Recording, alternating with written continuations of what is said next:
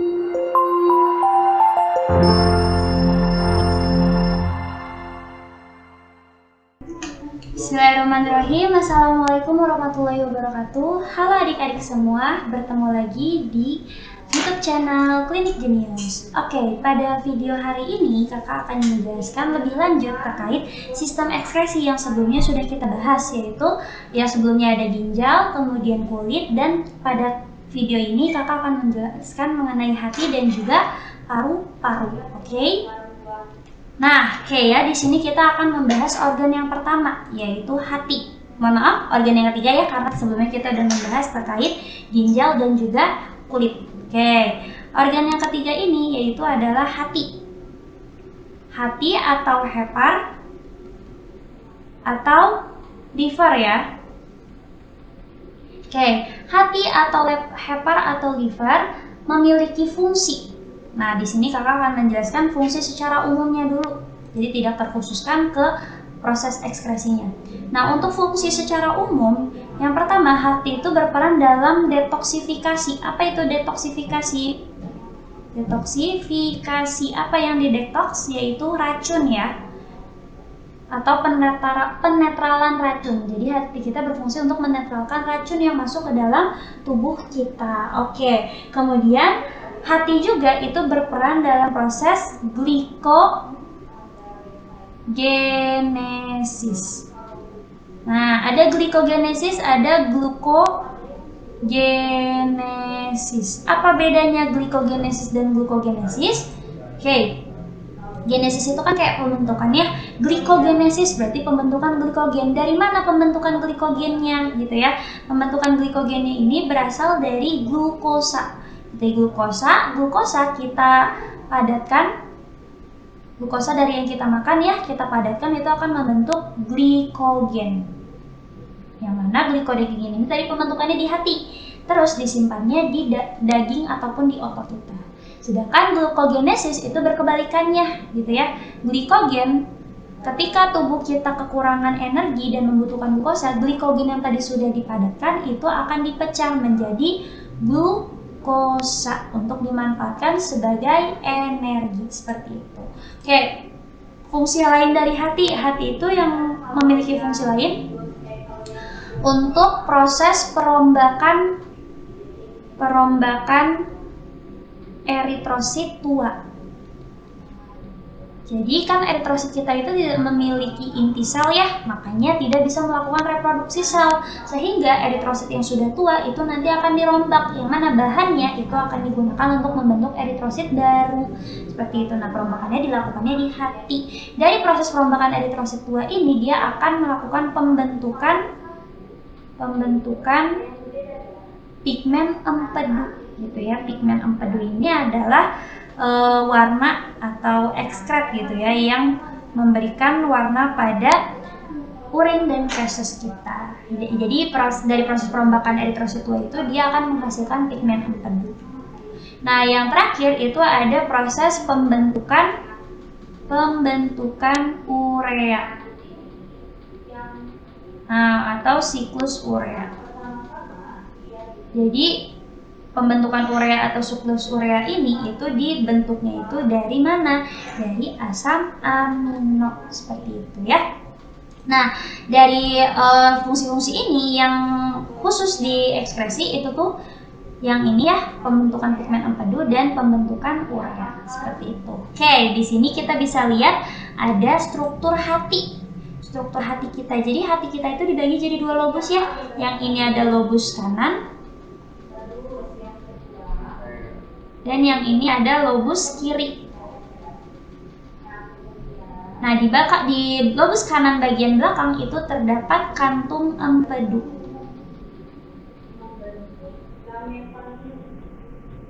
Nah, hati kita itu diselaputi oleh sebuah selaput gitu ya, yang melindungi hati, yang dinamakan kapsula hepatika. Ini ya untuk struktur dari hati. Selanjutnya kakak akan menjelaskan mengenai pembentukan pigmen empedu tadi ya, dari proses perombakan eritrosit tua. Jadi di sini kita akan membahas proses perombakan Apa yang dirombak? Eritrosit tua.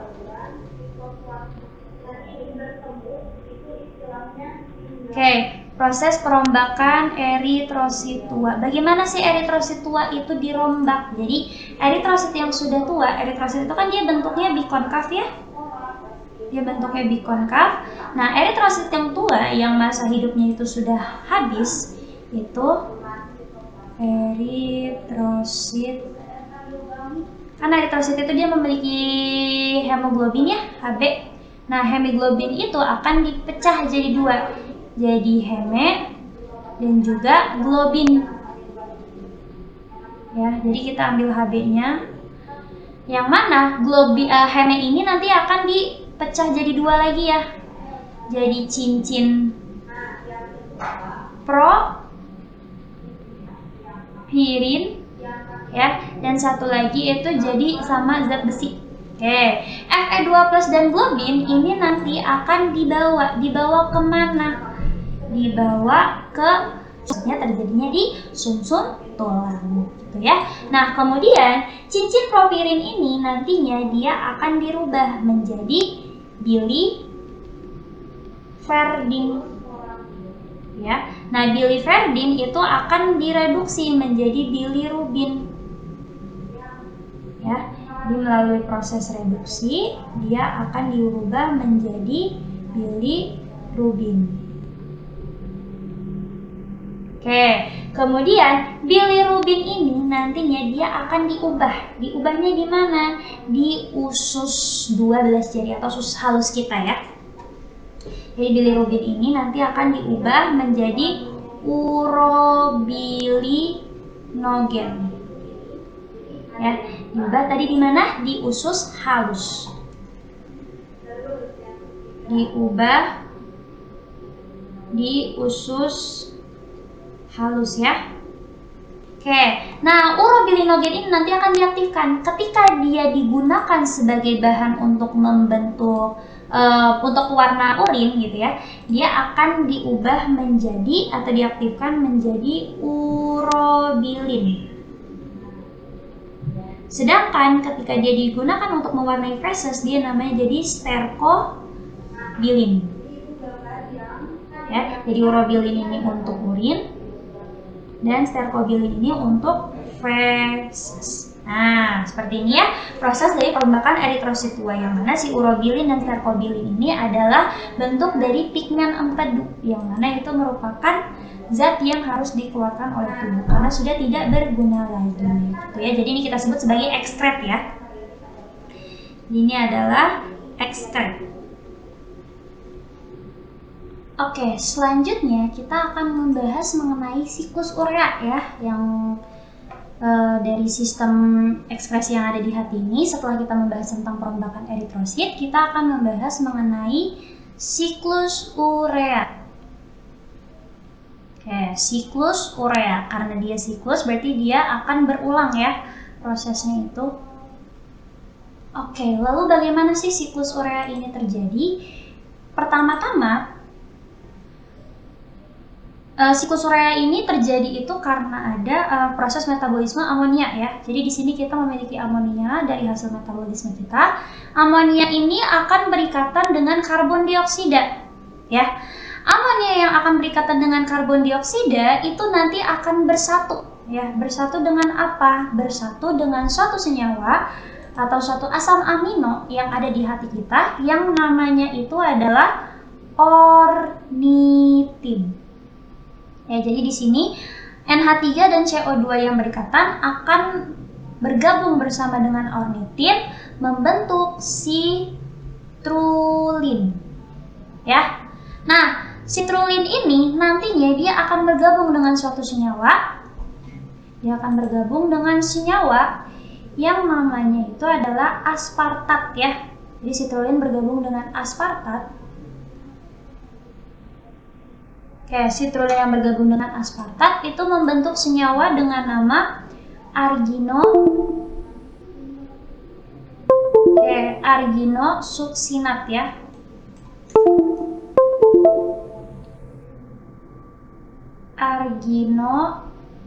suksinat. Nah, nanti si arginosuksinat ini akan melepas senyawa yang namanya itu adalah fumarat. Jadi arginosuksinat akan melepas senyawa yang namanya fumarat dari gugusnya. Ya, fumarat keluar. Arginosuksinat yang melepas fumarat itu akan membentuk senyawa yang namanya itu arginin. Oke, nah di sini arginin itu nanti akan dibagi jadi dua ya. Setengahnya itu akan dipakai untuk membentuk kembali ornitin, jadi untuk regenerasi dari ornitin, dan sebagiannya lagi itu akan membentuk urea. Gitu ya, jadi sebagian dipakai untuk membentuk ornitin untuk kembali ke siklus selanjutnya, sedangkan sebagiannya lagi itu dipakai untuk membentuk urea, gitu ya. Nah, urea di sini itu nanti akan dibawa. Jadi urea ini kan dia zat sisa ya atau zat buangan, dia akan dibawa ke ginjal.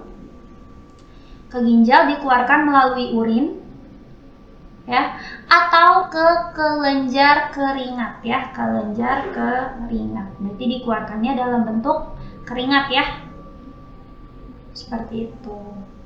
Nah, ini ya untuk sistem ekskresi yang terjadi di hati kita. Oke, kita lanjut ke organ berikutnya gitu ya. Ini organ terakhir dari sistem ekskresi kita setelah kita bahas tadi ada hati gitu, dan sebelumnya kita bahas ginjal dan kulit. Yang terakhir, yang keempat ini ya, yang keempat itu adalah paru-paru.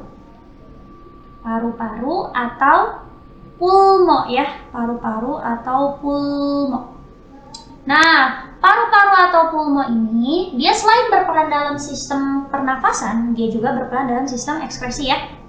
Jadi untuk dari fungsinya paru-paru itu sendiri, fungsi dari paru-paru. Jadi ada dua ya, dia berperan sebagai respirasi dan berperan sebagai ekskresi. Yang pertama itu fungsi respirasi. Buat apa respirasi ini? Untuk pertukaran gas oksigen dengan CO2 gitu ya. Nah, yang kedua ini yang berkaitan dengan fungsi ekskresinya ya. Jadi fungsi ekskresinya itu dengan pengeluaran CO2 gitu ya. Nah, jadi ekskresi itu adalah zat sisa metabolisme ya. Metabolismenya itu dia dilakukan dengan cara jadi di dalam sel kita ya. Jadi metabolisme dalam sel kita ya, jadi di dalam sel kita itu terjadi metabolisme ya. Metabolisme apa? Metabolisme dari karbohidrat ya. Di sini karbohidrat itu ada C6, H12, O6 itu nanti dia akan berikatan dengan oksigen gitu ya. Berikatan dengan oksigen, dan ini akan menjadi senyawa berupa energi yang kita gunakan, dan zat-zat sisa yang akan keluar itu ada H2O dan juga CO2. Nah, H2O dan CO2 ini adalah zat ekskret ya, zat sisa yang harus dikeluarkan oleh tubuh kita seperti itu. Nah, makanya paru-paru di sini berperan selain untuk respirasi dan juga sebagai ekskresi begitu ya. Nah, di sini ada struktur dari paru-paru ya. Di sini kakak akan jelaskan secara singkat. Paru-paru ini tuh ada bagian yang namanya trakea. Trakea atau batang tenggorokan. Tenggorokan ya. Oke, kemudian trakea ini bercabang nih jadi dua ya. Bercabang. Nah, ini kita sebut sebagai bronkus atau cabang trakea ya. Nah, bronkus ini di masing-masing cabang itu tuh dia akan melakukan percabangan lagi ke paru. Nah, cabang-cabang ini kita kenal dengan nama bronkiolus atau cabang dari bronkus. Nah, di ujung bronkiolus gitu ya, dia tuh ada struktur yang seperti anggur, kumpulan anggur gitu ya di bagian ujung sini. Nah, kumpulan anggur ini dinamakan alveolus. Nah, di alveolus inilah terjadi proses pertukaran oksigen dengan CO2. Seperti itu. Nah, selanjutnya kita akan membahas dari sistem ekskresinya ya. Fungsi dari sistem ekskresinya di sini itu dengan cara pengeluaran dan pengangkutan ya. Pengeluaran karbon dioksida. Gitu ya. Jadi karbon dioksida ini akan dikeluarkan ya melalui paru-paru kita. Nah, pengeluaran karbon dioksida itu tuh bisa dengan diangkut dengan dua macam ya. Jadi bisa diangkut dalam berupa plasma darah, bisa pula diangkut dalam berupa eritrosit. Ya, jadi diangkut dalam plasma darah atau dalam eritrosit. Nah, sekarang kakak akan bahas yang eritrosit dulu. Oke, untuk yang eritrosit ini tadi kita mulai dari sel dulu ya, karena kan ini ya terjadi proses ini metabolisme dalam sel. Ya, ini di dalam sel, kemudian di alveolus. Oke, di dalam sel karbon dioksida itu yang dihasilkan dari proses metabolisme sel ini, gitu ya. Karbon dioksida itu dia akan diangkut dengan cara diikat dengan hemoglobin membentuk HbCO2 ya. Oke, ini membentuk HbCO2 atau karbonino.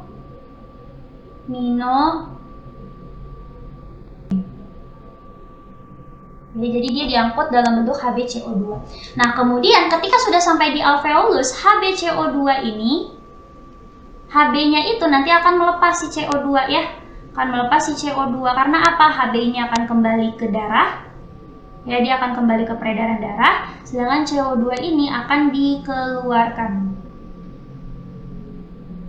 dikeluarkan melalui ekspirasi gitu ya.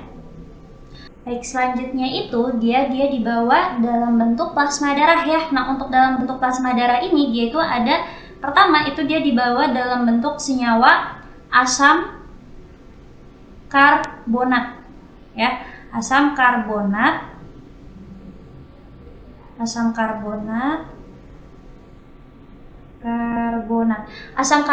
atau H2CO3. Nah, asam karbonat atau H2CO3 ini dia itu dibentuk dari penggabungan antara ikatan antara H2O plus H2O di sini plus CO2. H2O dan plus CO2 itu bergabung membentuk H2CO3 gitu ya. Nah, asam karbonat ini dia itu akan menjadi racun ketika kadarnya itu lebih dari 6%. Jadi racun ya, lebih dari sama dengan 6%, berarti 6% ke atas dia itu akan jadi racun. Lalu bagaimana kalau misalkan kadarnya lebih? Nah, ketika kadarnya lebih dia itu akan diubah gitu ya, si asam karbonat ini akan diubah menjadi ion bikarbonat ya. Si asam karbonat ini dia akan diubah menjadi ion bikarbonat atau HCO3- ya. HCO3- ini dia itu diubah ya dari asam karbonat menjadi ion bikarbonat. Bagaimana? Nah, ketika dia kadar asam karbonatnya itu lebih dari 6%, di sini si asam karbonat tadi H2CO3 itu tuh dia akan dipecah menjadi H+ dan juga HCO3- gitu ya. Nah, kemudian H+ ini nanti dia akan berikatan dengan siapa? Berikatan dengan Hb ya. Dia akan berikatan dengan Hb dengan hemoglobin membentuk HHB. Nah, HHB ini akan dibawa ke urin ya. Sedangkan HCO3 ini dia itu bisa dikembalikan ke sel untuk menyeimbangkan asam basa dari sel atau dibawa ke alveolus untuk dibuang gitu ya. Jadi ketika dia dibawa ke sel, yaitu untuk menyeimbangkan kadar asam basa gitu ya. Menyeimbangkan